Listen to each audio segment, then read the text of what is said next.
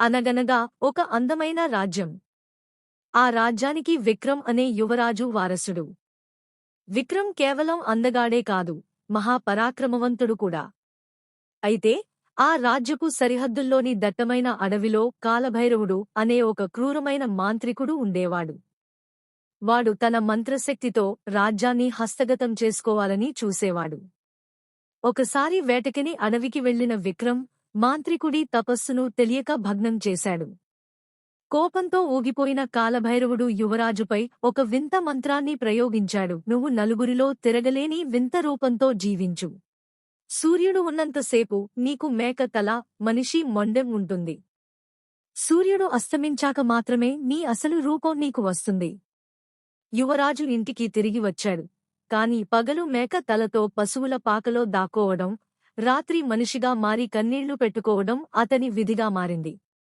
రాజ్యంలో అందరూ యువరాజు కనిపించడం లేదని ఆందోళన చెందుతుంటే, కోటలో పనిచేసే ఒక వృద్ధురాలు ఒక రాత్రి యువరాజు దగ్గరికి వచ్చింది. ఆమెకు మంత్రతంత్రాల గురించి కొంచెం అవగాహన ఉంది. విక్రమ్ పరిస్థితి చూసి జాలిపడి ఆమె ఒక రహస్యం చెప్పింది. నాయనా విక్రమ్, ఆ మాంత్రికుడు సామాన్యుడు కాదు. అతని ప్రాణం అతని గడ్డంలో ఉంటుంది. వాడు గాఢ నిద్రలో ఉన్నప్పుడు వాడి గడ్డంలోని 3వ తెల్ల వెంట్రుకను గురిచూసి పీకేయాలి.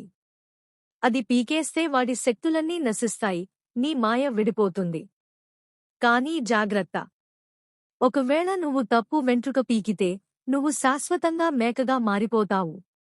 పెద్దమ్మ మాటలు విన్న విక్రమ్ తన శాపాన్ని పోగొట్టుకోవాలని నిర్ణయించుకున్నాడు. పగలు మేక తలతో ఉంటే మాంత్రికుడు గుర్తుపట్టడు అని భావించి మేక రూపంలోనే మాంత్రికుడి గుహకు చేరుకున్నాడు.